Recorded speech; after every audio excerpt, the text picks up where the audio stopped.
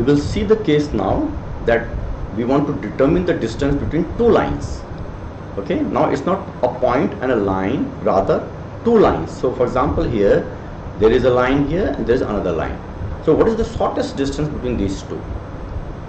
Alright, so the shortest distance between these two is from somewhere on the given line. Somewhere on the given line, I am dropping the perpendicular onto the other line. If you see it in a little different way, say for example, if I keep this line perpendicular to the frontal plane, and let's say there's the another line which is kept like this. So from somewhere on this line, I'm dropping the perpendicular onto this line. How the projection of this will appear onto the frontal plane? Onto the frontal plane, the projection of that perpendicular will appear from the point P of this line, because on the frontal we will see the point P of this. On the frontal plane, the point P and the projection of this line. Okay, I'm dropping the perpendicular on the frontal plane from the point P of this line onto the projection of this line. Okay, so that will be the line. So we'll make use of this concept. I'm writing it here to make it more clear.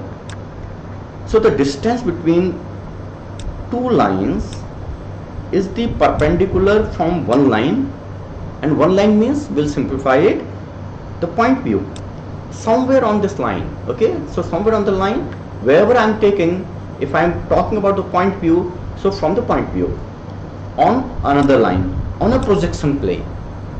Let us see this case to understand it better. Okay, so we have the given a line AB, its projection onto the horizontal, and its projection will be given also onto the frontal. And you will notice this AB is the true length. That means the line AB here is parallel to the horizontal plane, and this is why we are saying it's point P. So it's a simplified case.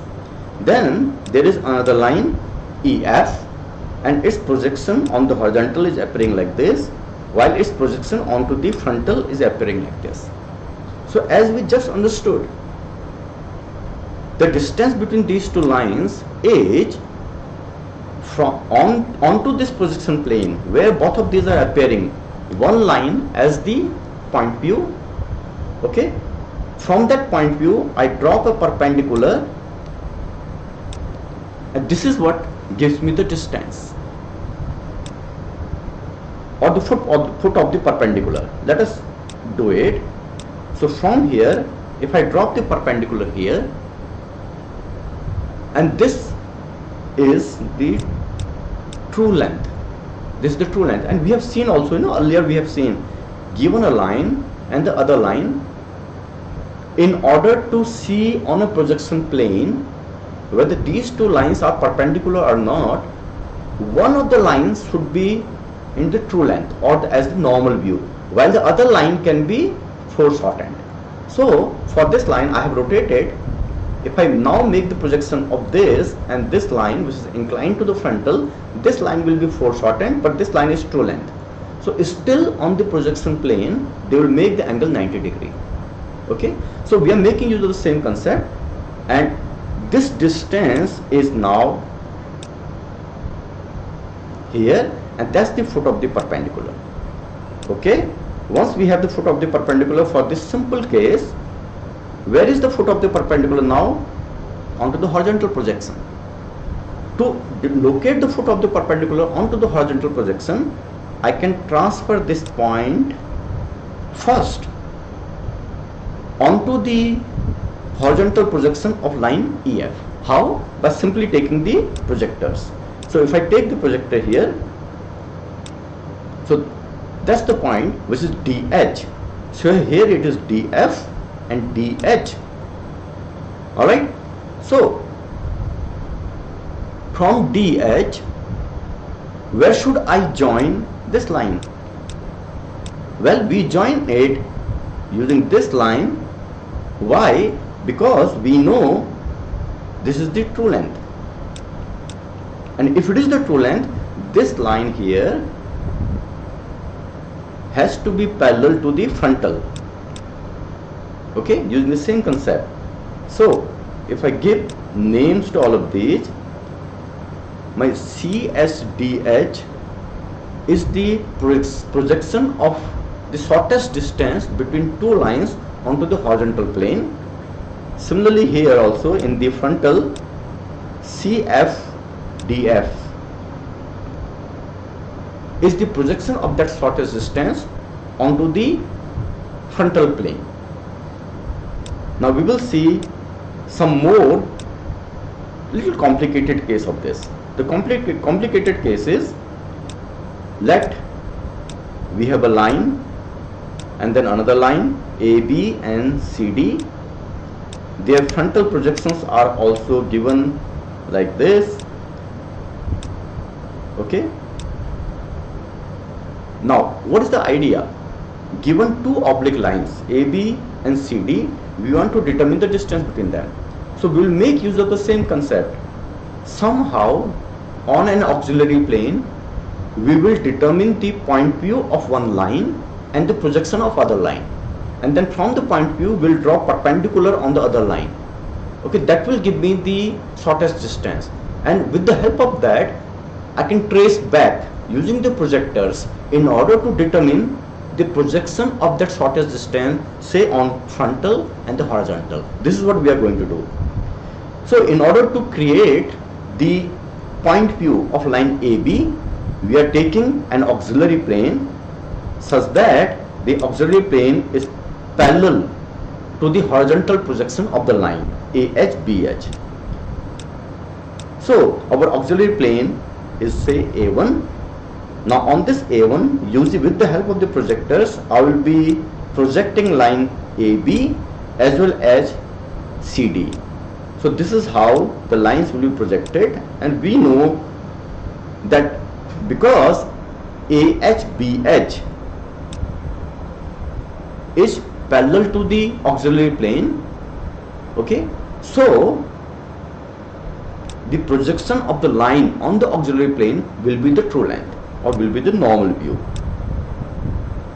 So similarly what we can do, we can also project now for CD line. So the CD line gets projected as this.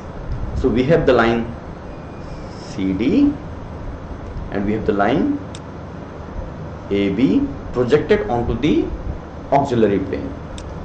But still our job is not done, because I need the point P of line AB. To determine the point P of line AB, we'll use the concept that we have learned, another auxiliary plane, and which we call A2. On that we project now again the point A and B as well as C and D. So if you project it, we will get the point P of line AB. So here is the point P of line AB, as well as we'll get the line CD. The CD is projected as we are writing here CA2 and DA2. Alright, so A2 is the second auxiliary plane. Alright, now we have what we wanted. We have the point P of one line and the projection of another line. So in order to determine that the shortest distance between these two, what I will do, from the point P I will be dropping a perpendicular on DA2 and CA2. Let us drop the perpendicular. So this is the shortest distance now, and from, again one thing very important, on line AB, where from the perpendicular has been dropped, we do not know that point right now, because that point can be anywhere in the line. Okay, it can be anywhere right now in the line, because we are dropping right now the perpendicular from the point P. So that point P means all the points on line AB, but we will locate it, we'll determine this now. So the foot of the perpendicular, we will give it a name,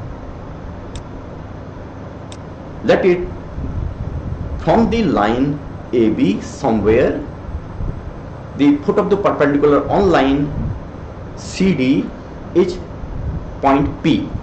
Okay, so if I show it, let there are two lines, and let us say in the 3D space, so this is line AB and CD, and this point is the point P. Now somewhere we'll give this point also a name O. If I give this point a name O, I will give this over here as OA2. So the point on auxiliary plane 2, okay, on auxiliary plane A2, because A, B and O all are in one point view, that's why all of them are together. Okay, let's go further. So from PA2, I have taken the projector back to the auxiliary plane A1, and we know point P is on line DC. So the corresponding point over here on the auxiliary plane A1 will be the PA1. So PA1 is the projection of point P on auxiliary plane A1, which lies on line CD. So it will also lie on the projection of line CD on the auxiliary plane A1, that is CA1 and DA1. So if we do it and we write the name, so we can write this name as PA1. So this point is PA1. Alright, now the thing corresponding to this O, where is the O? We said okay, O will be somewhere in AB length, but where? Because we know the length OP onto the auxiliary plane A2 is the true length. Okay, so the corresponding projection of this on A1 will be parallel to the auxiliary plane A2. So if we make use of this concept, from PA1, from the point PA1, let me show you this. So from the point PA1, I will be joining somewhere on line AB such that the line which is joining is parallel to the hinged line. Then only this line will be parallel to the plane or auxiliary plane A2. So let us do it. So if I join, okay, this is how we join it. I will give the corresponding name. So OA1 is the point corresponding to this O on the auxiliary plane A1, which is the foot of the perpendicular, okay, or this, the shortest distance between these 2 points is PO. Now once we know on line CD point P and on line AB the point O, these 2 points, once they join, that is the shortest distance, I can transfer these points also to the horizontal projection and also to the frontal projection. Let us do that. So if I do it, it has been transferred. So over here this point will be PH. So we write the name here PH, and then from O I will be drawing the projector, and then this point over here will be OH. Alright, so this point is OH. So PHOH is the horizontal projection of the shortest distance between these 2 lines. We can also take it to frontal in the similar manner. Okay, PF and OF. I join it. So PFOF is again the projection of the shortest distance between these 2 lines AB and CD onto the frontal plane. Alright, so this is an interesting problem, and we are making use of two auxiliary planes in order to solve it.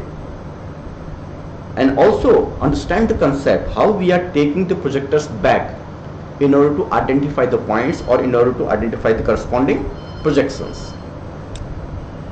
Alright, thank you very much. We'll take it forward in our next lecture. Thank you.